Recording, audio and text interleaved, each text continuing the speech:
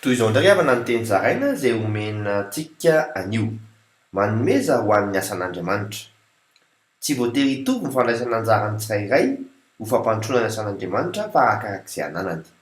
Araka voasoratra ao amin'ny Nomeria 5:30-5:20 amin'ny anaran'i Jesosy hoe: ary amin'izay tanàna izay honenanareo avy amin'ny zaran-tanin'ny firenen'ny zanak'Israely, dia izay be no analanareo be, ary izay kely no analanareo kely. Samy hanome tanàna ho an'ny Levita izy rehetra arak'izay zaran-taniny avy. Mahasambatra ny manome.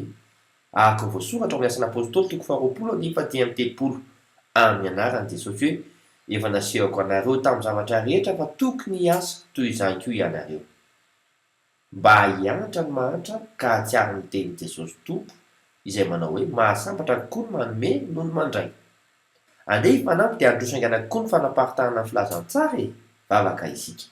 Ray ampianaro izahay mba tena hahay hifanampy, satria iray no mpiandry anay dia ianao, ka ho voaporofo fa tsy hanan-java-mahory izahay.